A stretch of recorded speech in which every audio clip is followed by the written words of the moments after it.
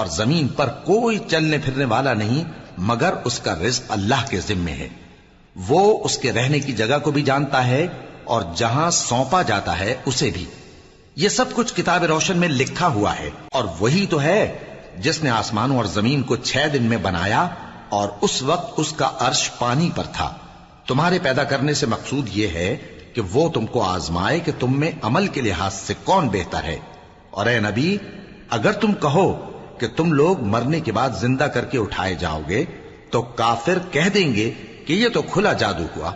اور اگر ایک مدت معین تک ہم ان سے عذاب روک دیں تو کہیں گے کہ کون سی چیز عذاب کو روکے ہوئے ہے؟ دیکھو، جس روز وہ ان پر واقع ہوگا پھر ٹلنے کا نہیں، اور جس چیز کا یہ مذاق اڑاتے ہیں وہ ان کو گھیر لے گی۔ اور اگر ہم انسان کو اپنے پاس سے نعمت بخشیں پھر اس سے اس کو چھین لے تو نا امید اور ناشکرا ہو جاتا ہے۔ اور اگر تکلیف پہنچنے کے بعد آسائش کا مزہ چکھائیں تو خوش ہو کر کہتا ہے کہ سب سختیاں مجھ سے دور ہو گئیں۔ بے شک وہ ہے ہی خوشی میں مست ہو جانے والا، بڑا فخر جتانے والا۔ ہاں، جنہوں نے صبر کیا اور عمل نیک کیے، یہی ہیں جن کے لیے بخشش اور اجر عظیم ہے۔ تو شاید تم کچھ چیز وہی میں سے جو تمہارے پاس آتی ہے چھوڑ دو، اور اس خیال سے تمہارا دل تنگ ہو کہ کافر یہ کہنے لگیں کہ اس پر کوئی خزانہ کیوں نہیں نازل ہوا، یا اس کے ساتھ کوئی فرشتہ کیوں نہیں آیا۔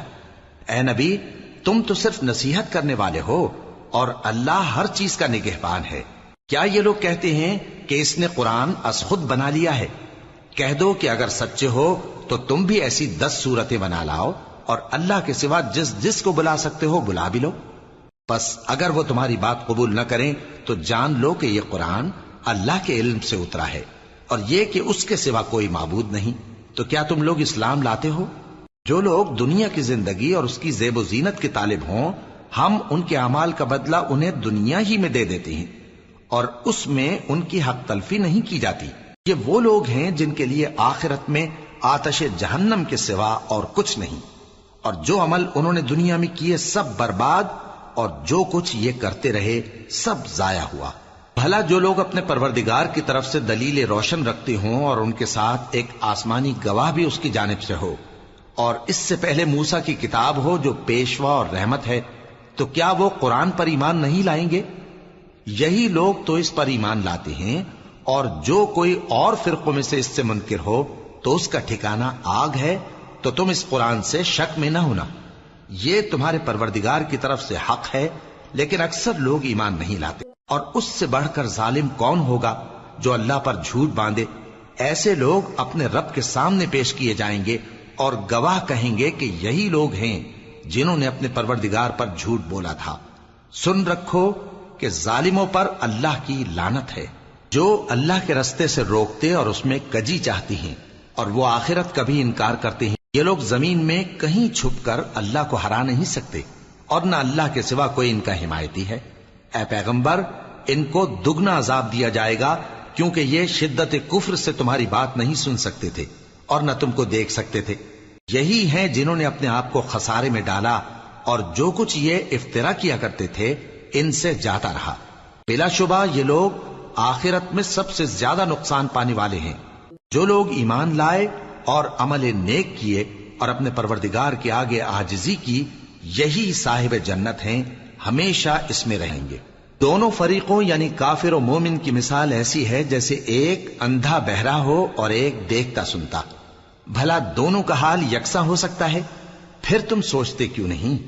اور ہم نے نوح کو ان کی قوم کی طرف بھیجا تو انہوں نے ان سے کہا کہ میں تم کو کھول کھول کر ڈر سنانے اور یہ پیغام پہنچانے آیا ہوں کہ اللہ کے سوا کسی کی عبادت نہ کرو، مجھے تمہاری نسبت دردناک عذاب کا خوف ہے۔ تو ان کی قوم کے سردار جو کافر تھے کہنے لگے کہ ہم تم کو اپنے ہی جیسا ایک آدمی دیکھتے ہیں، اور یہ بھی دیکھتے ہیں کہ تمہارے پیرو وہی لوگ ہوئے ہیں جو ہم میں ادنا درجے کے ہیں، اور وہ بھی سطحی رائے سے، اور ہم تم میں اپنے اوپر کسی طرح کی فضیلت نہیں دیکھتے بلکہ تمہیں جھوٹا خیال کرتے ہیں۔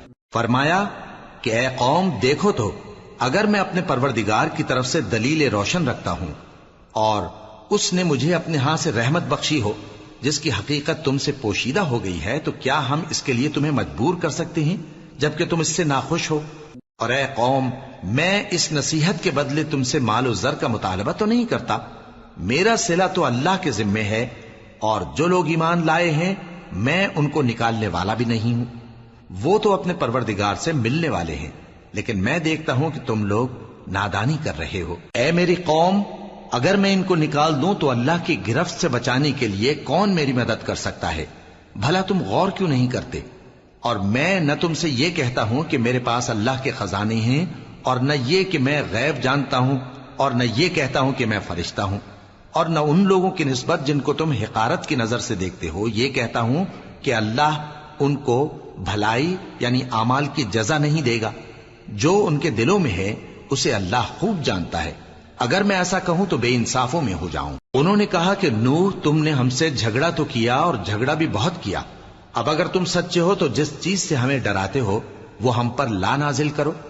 نوح نے کہا کہ اس عذاب کو تو اللہ ہی چاہے گا تو نازل کرے گا، اور تم اللہ کو کسی طرح ہرا نہیں سکتے، اور اگر میں یہ چاہوں کہ تمہاری خیر خواہی کروں اور اللہ یہ چاہے کہ تمہیں گمراہ رہنے دے تو میری خیر خواہی تم کو کچھ فائدہ نہیں دے سکتی، وہی تمہارا پروردگار ہے اور تمہیں اسی کی طرف لوٹ کر جانا ہے۔ کیا یہ لوگ کہتے ہیں کہ اس پیغمبر نے قرآن اپنے دل سے بنا لیا ہے؟ کہہ دو کہ اگر میں نے دل سے بنا لیا ہے تو میرے گناہ کا وبال مجھ پر، اور جو گناہ تم کرتے ہو اس سے میں بری الذمہ ہوں۔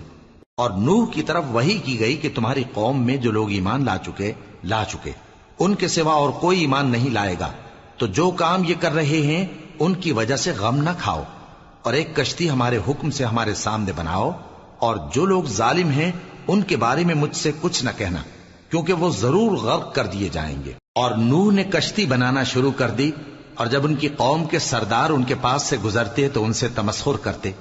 وہ کہتے کہ اگر تم ہم سے تمسخر کرتے ہو تو جس طرح تم ہم سے تمسخر کرتے ہو اسی طرح ایک وقت ہم بھی تم سے تمسخر کریں گے، اور تم کو جلد معلوم ہو جائے گا کہ کس پر عذاب آتا ہے جو اسے رسوا کرے گا، اور کس پر ہمیشہ کا عذاب نازل ہوتا ہے، یہاں تک کہ جب ہمارا حکم آ پہنچا اور تنور جوش مارنے لگا تو ہم نے نوح کو حکم دیا کہ ہر قسم کے پالتو جانوروں میں سے جوڑا جوڑا یعنی ایک ایک نر اور ایک ایک مادہ لے لو، اور جس شخص کی نسبت حکم ہو چکا ہے کہ ہلاک ہو جائے گا اس کو چھوڑ کر اپنے گھر والوں کو اور جو ایمان لایا ہو اس کو کشتی میں سوار کر لو، اور ان کے ساتھ ایمان بہت ہی کم لوگ لائے تھے۔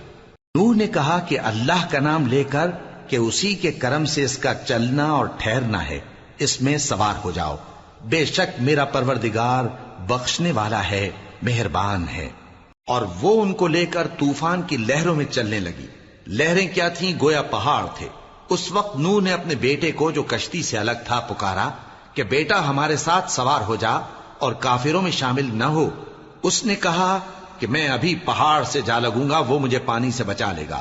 فرمایا کہ آج اللہ کے عذاب سے کوئی بچانے والا نہیں اور نہ کوئی بچ سکتا ہے مگر وہی جس پر اللہ رحم کرے۔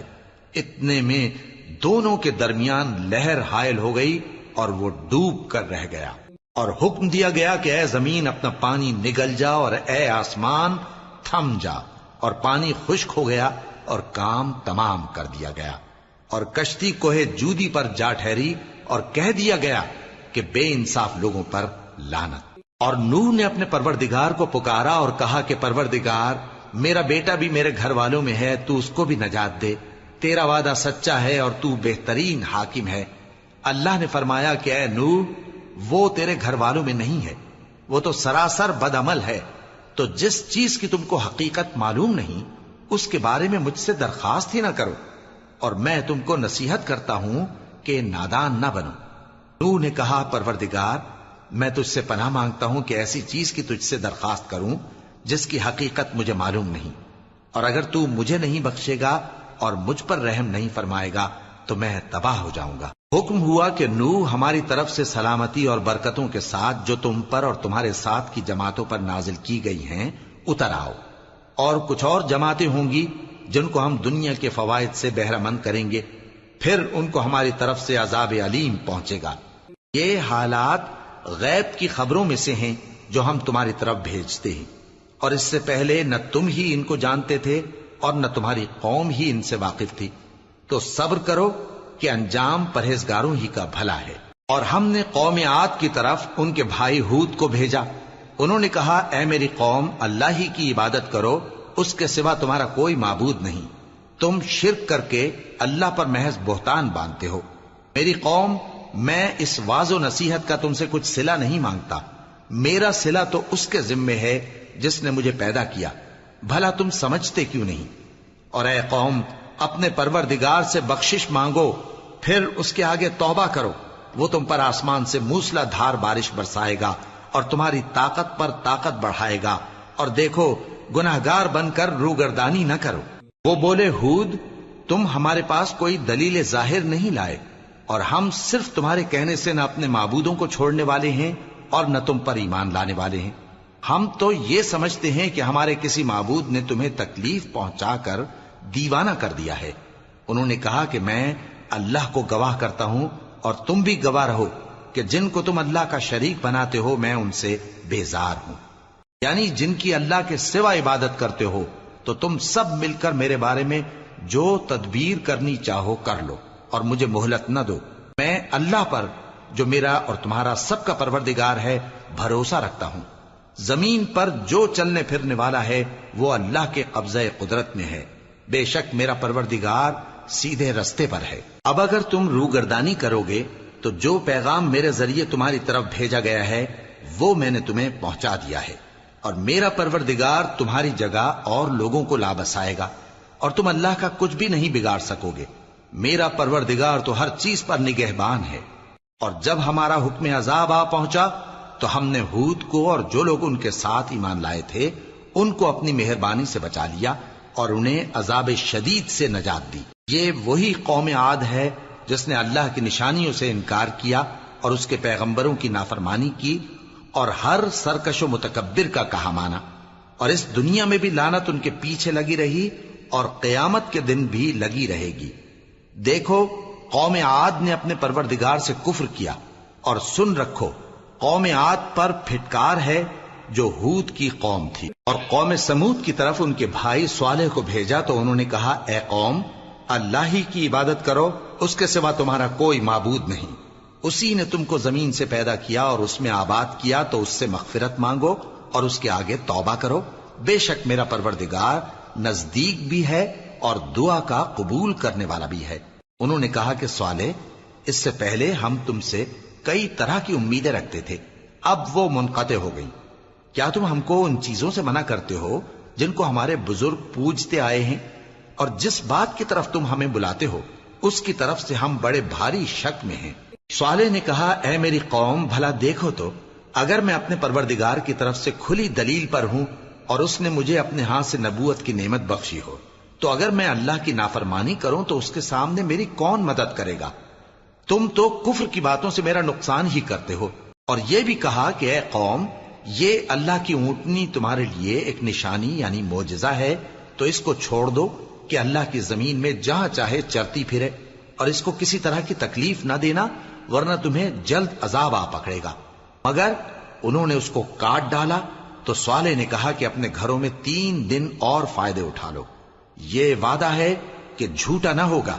پس جب ہمارا حکم آ گیا تو ہم نے صالح کو اور جو لوگ ان کے ساتھ ایمان لائے تھے ان کو اپنی مہربانی سے بچا لیا اور اس دن کی رسوائی سے محفوظ رکھا.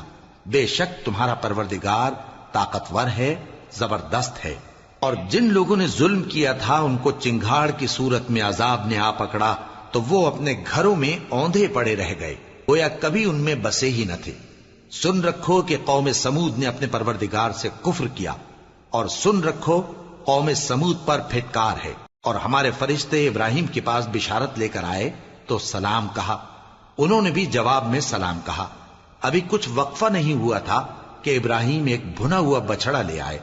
پھر جب دیکھا کہ ان کے ہاتھ کھانے کی طرف نہیں بڑھتے یعنی وہ کھانا نہیں کھاتے تو ان کو اجنبی سمجھ کر دل میں خوف کیا. فرشتوں نے کہا کہ خوف نہ کیجیے، ہم قوم لوط کی طرف ان کے ہلاک کرنے کو بھیجے گئے ہیں. اور ابراہیم کی بیوی جو پاس کھڑی تھی ہنس پڑی تو ہم نے اس کو اسحاق کی اور اسحاق کے بعد یعقوب کی خوشخبری دی. اس نے کہا اے میرے بچہ ہوگا، میں تو بڑھیا ہوں اور یہ میرے میاں بھی بوڑھے ہیں، یہ تو بڑی عجیب بات ہے. انہوں نے کہا کیا تم اللہ کی قدرت سے تعجب کرتی ہو؟ اے اہل بیت، تم پر اللہ کی رحمت اور اس کی برکتیں ہیں، وہ لائق تعریف ہے، بڑا ہے۔ پھر جب ابراہیم سے خوف جاتا رہا اور ان کو خوشخبری بھی مل گئی تو قوم لوط کے بارے میں لگے ہم سے بحث کرنے۔ بے شک ابراہیم بڑے تحمل والے، نرم دل اور رجوع کرنے والے تھے۔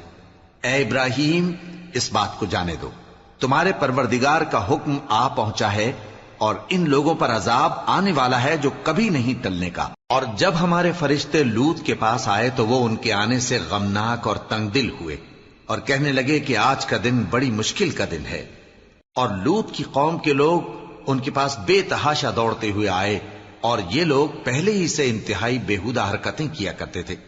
لوط نے کہا کہ اے بھائیو، یہ جو میری قوم کی لڑکیاں ہیں یہ تمہارے لیے جائز اور پاک ہیں، تو اللہ سے ڈرو اور میرے مہمانوں کے بارے میں مجھے بے آبرو نہ کرو۔ کیا تم میں کوئی بھی شائستہ آدمی نہیں؟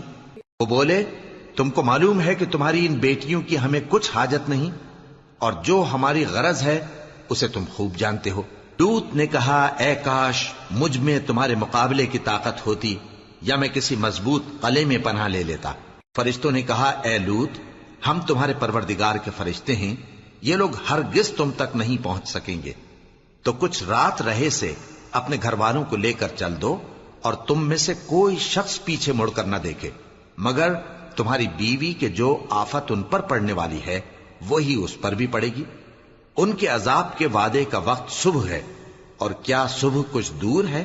پھر جب ہمارا حکم آیا ہم نے اس بستی کو الٹ کر نیچے اوپر کر دیا اور ان پر پتھر کی تہ بتہ کنکریاں برسائیں جن پر تمہارے پروردگار کے ہاں سے نشان کیے ہوئے تھے، اور وہ بستی ان ظالموں سے کچھ دور نہیں۔ اور مدین کی طرف ان کے بھائی شعیب کو بھیجا تو انہوں نے کہا کہ اے قوم، اللہ ہی کی عبادت کرو کہ اس کے سوا تمہارا کوئی معبود نہیں، اور ناپ اور تول میں کمی نہ کیا کرو، میں تو تم کو آسودہ حال دیکھتا ہوں، اور اگر تم ایمان نہ لاؤ گے تو مجھے تمہارے بارے میں ایک ایسے دن کے عذاب کا خوف ہے جو تم کو گھیر کر رہے گا۔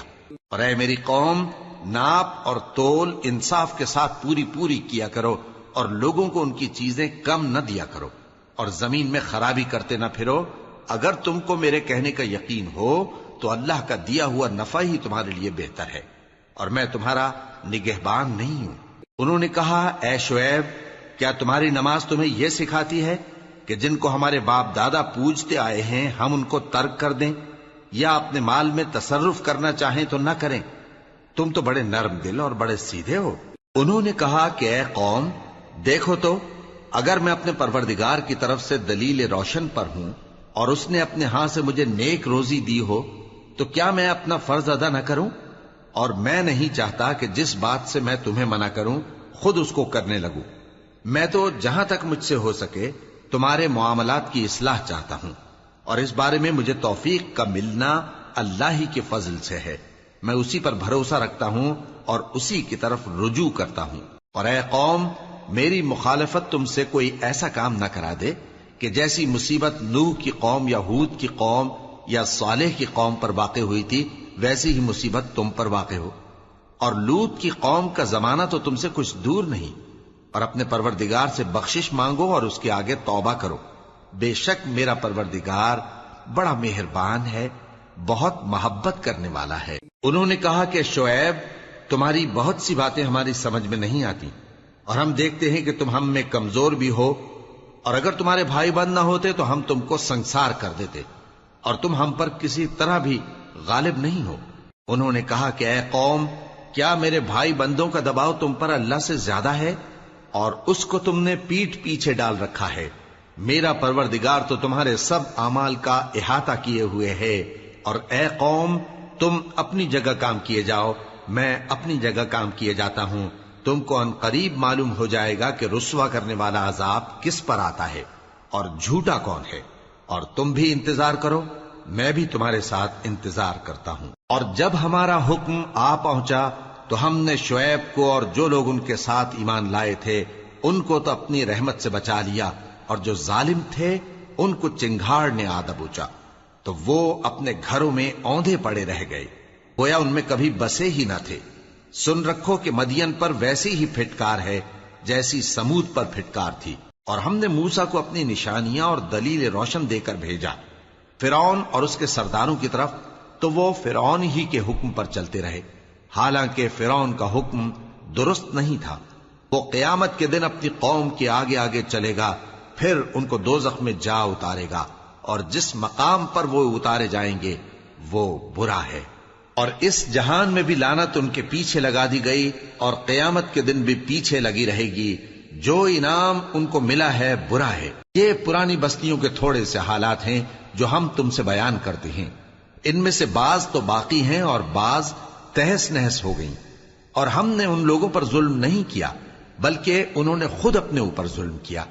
غرض جب تمہارے پروردگار کا حکم آ پہنچا تو جن معبودوں کو وہ اللہ کے سوا پکارا کرتے تھے وہ ان کے کچھ بھی کام نہ آئے، اور بربادی کے سوا انہیں اور کچھ نہ دے سکے۔ اور تمہارا پروردگار جب نافرمان بستیوں کو پکڑا کرتا ہے تو اس کی پکڑ اسی طرح کی ہوتی ہے، بے شک اس کی پکڑ دکھ دینے والی سخت ہے۔ ان قصوں میں اس شخص کے لیے جو عذاب آخرت سے ڈرے عبرت ہے۔ یہ وہ دن ہوگا جس میں سب اکٹھے کیے جائیں گے، اور یہی وہ دن ہوگا جس میں سب اللہ کے روبرو حاضر کیے جائیں گے، اور ہم اس کے لانے میں ایک وقت معین تک تاخیر کر رہے ہیں۔ جس روز وہ آ جائے گا تو کوئی شخص اللہ کے حکم کے بغیر بول بھی نہیں سکے گا۔ پھر ان میں سے کچھ بدبخت ہوں گے اور کچھ نیک بخت۔ تو جو بدبخت ہوں گے وہ دوزخ میں ڈال دیے جائیں گے، اس میں ان کو چلانا اور دھاڑنا ہوگا۔ جب تک آسمان و زمین ہیں وہ اسی میں رہیں گے مگر جتنا تمہارا پروردگار چاہے، بے شک تمہارا پروردگار جو چاہتا ہے کر دیتا ہے۔ اور جو نیک بخت ہوں گے وہ بہشت میں داخل کیے جائیں گے، اور جب تک آسمان اور زمین ہیں ہمیشہ اسی میں رہیں گے مگر جتنا تمہارا پروردگار چاہے۔ یہ اللہ کی بخشش ہے جو کبھی منقطع نہیں ہوگی۔ تو یہ لوگ جو غیر اللہ کی پرستش کرتے ہیں اس سے تم شک میں نہ پڑنا، یہ اسی طرح پرستش کرتے ہیں جس طرح پہلے سے ان کے باپ دادا پرستش کرتے آئے ہیں، اور ہم ان کو ان کا حصہ پورا پورا بغیر کچھ کم کیے دینے والے ہیں۔ اور ہم نے موسیٰ کو کتاب دی تو اس میں اختلاف کیا گیا، اور اگر تمہارے پروردگار کی طرف سے ایک بات پہلے نہ ہو چکی ہوتی تو ان میں فیصلہ کر دیا جاتا، اور وہ تو اس کی طرف سے بڑے بھاری شک میں پڑے ہوئے ہیں۔ اور تمہارا پروردگار ان سب کو قیامت کے دن ان کے اعمال کا پورا پورا بدلہ دے گا، بے شک جو عمل یہ کرتے ہیں وہ اس سے واقف ہے۔ سو اے پیغمبر، جیسا تم کو حکم ہوتا ہے اس پر تم اور جو لوگ تمہارے ساتھ تائب ہوئے ہیں قائم رہو، اور حد سے تجاوز نہ کرنا، وہ تمہارے سب اعمال کو دیکھ رہا ہے۔ اور مسلمانوں، جو لوگ ظالم ہیں ان کی طرف مائل نہ ہونا، نہیں تو تمہیں بھی دوزخ کی آگ آ لپٹے گی، اور اللہ کے سوا تمہارے کوئی دوست نہیں ہوں گے، پھر تمہیں کوئی مدد بھی نہ ملے گی۔ اور دن کے دونوں سروں یعنی صبح اور شام کے اوقات میں اور رات کی چند ساعتوں میں نماز پڑھا کرو، کچھ شک نہیں کہ نیکیاں گناہوں کو دور کر دیتی ہیں۔ یہ ان کے لیے نصیحت ہے جو نصیحت قبول کرنے والے ہیں۔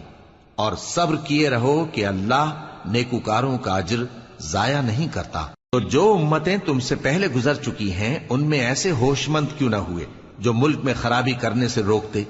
ہاں، ایسے تھوڑے سے تھے جن کو ہم نے ان میں سے نجات بخشی، اور جو ظالم تھے وہ انہی باتوں کے پیچھے لگے رہے جن میں عیش و آرام تھا، اور وہ گناہوں میں ڈوبے ہوئے تھے۔ اور تمہارا پروردگار ایسا نہیں ہے کہ بستیوں کو جبکہ وہاں کے باشندے نیکوکار ہوں از راہ ظلم تباہ کر دے۔ اور اگر تمہارا پروردگار چاہتا تو تمام لوگوں کو ایک ہی جماعت کر دیتا، اور وہ برابر اختلاف کرتے رہیں گے، مگر جن پر تمہارا پروردگار رحم فرمائے، اور اسی لیے اس نے ان کو پیدا کیا ہے۔ اور تمہارے پروردگار کا قول پورا ہو گیا کہ میں دوزخ کو جنوں اور انسانوں سب سے بھر دوں گا۔ اور اے نبی اور پیغمبروں کے وہ سب حالات جو ہم تم سے بیان کرتے ہیں ان سے ہم تمہارے دل کو جمائے رکھتے ہیں، اور ان حالات میں تمہارے پاس حق پہنچ گیا، اور یہ مومنوں کے لیے نصیحت اور عبرت ہے۔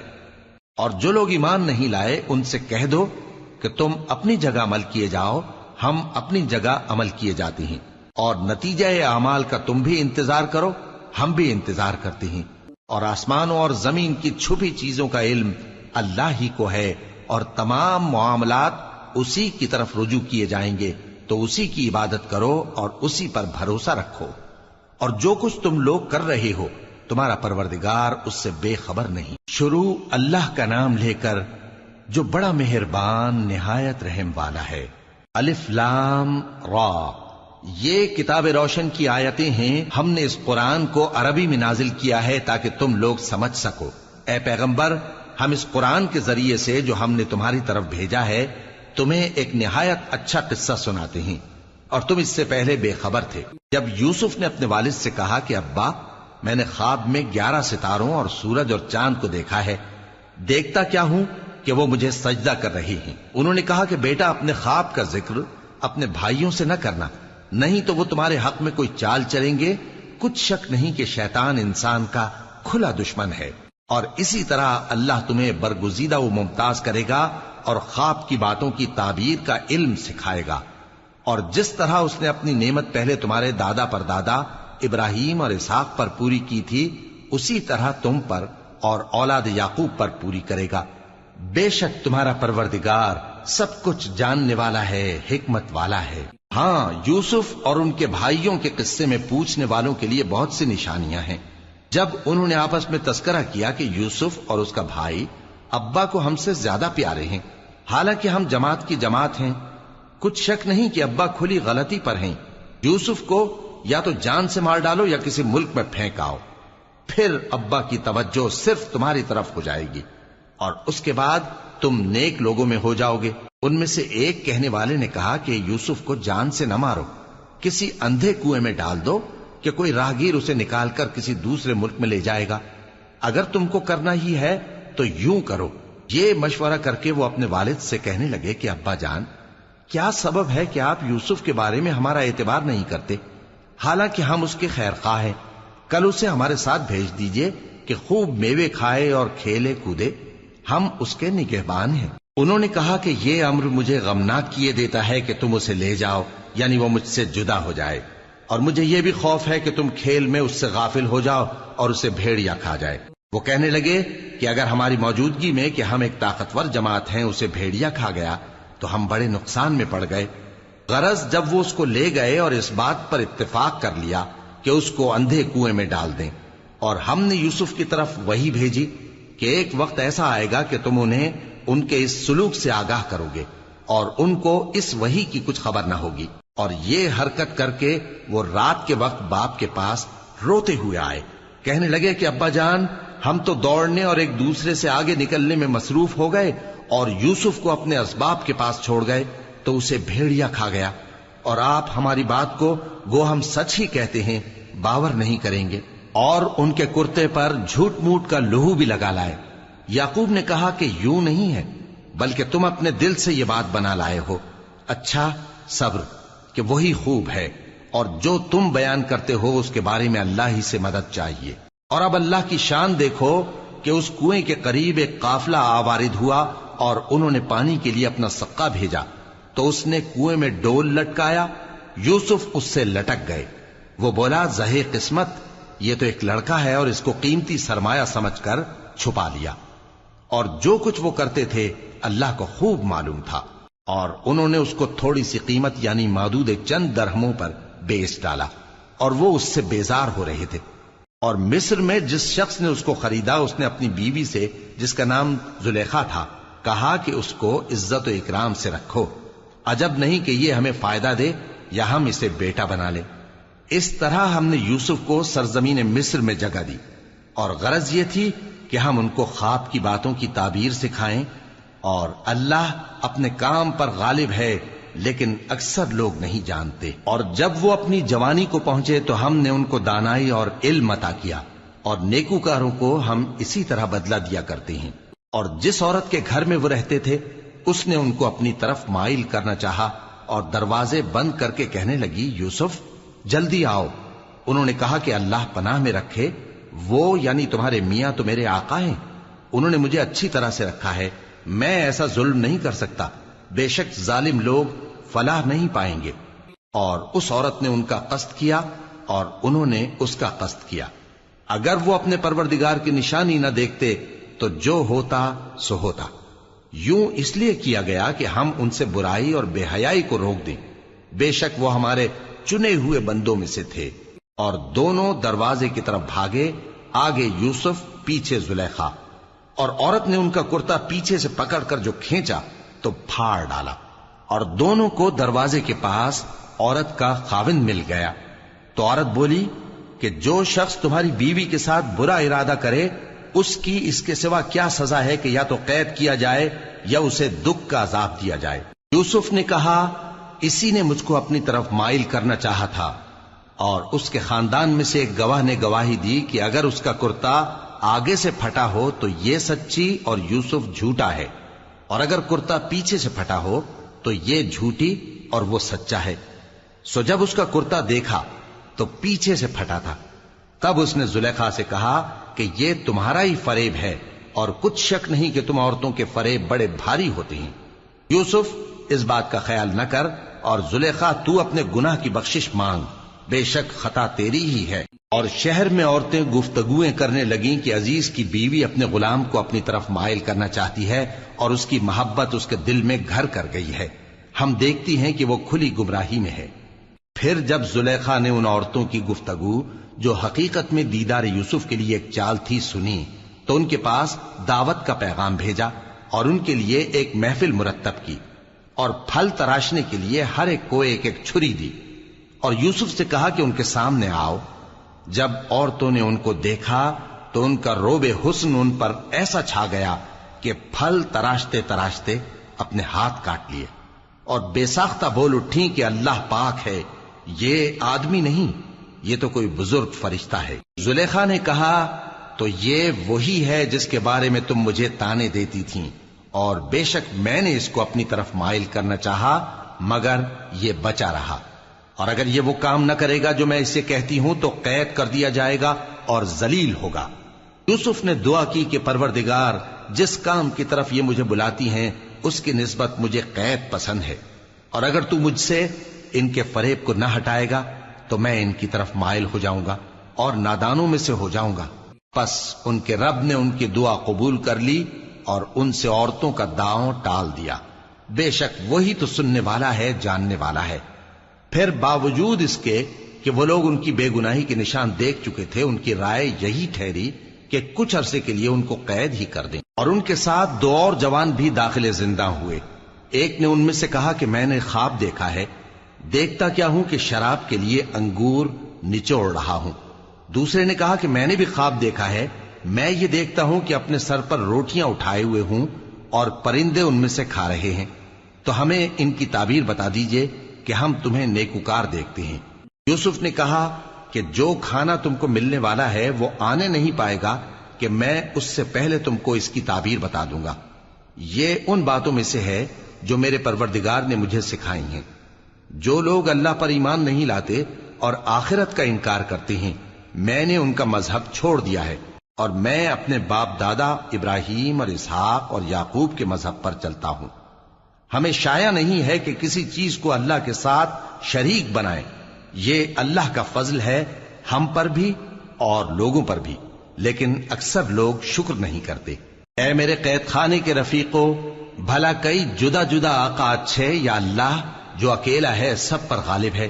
جن چیزوں کی تم اللہ کے سوا پرستش کرتے ہو وہ صرف نام ہی نام ہیں جو تم نے اور تمہارے باپ دادا نے رکھ لیے ہیں، اللہ نے ان کی کوئی سند نازل نہیں کی۔ سن رکھو کہ اللہ کے سوا کسی کی حکومت نہیں ہے، اس نے ارشاد فرمایا ہے کہ اس کے سوا کسی کی عبادت نہ کرو، یہی سیدھا دین ہے، لیکن اکثر لوگ نہیں جانتے۔ اے میرے قید خانے کے رفیقو، تم میں سے ایک جو پہلا خواب بیان کرنے والا ہے وہ تو اپنے آقا کو شراب پلایا کرے گا، اور جو دوسرا ہے وہ سولی دیا جائے گا، اور پرندے اس کا سر نوچ کھائیں گے۔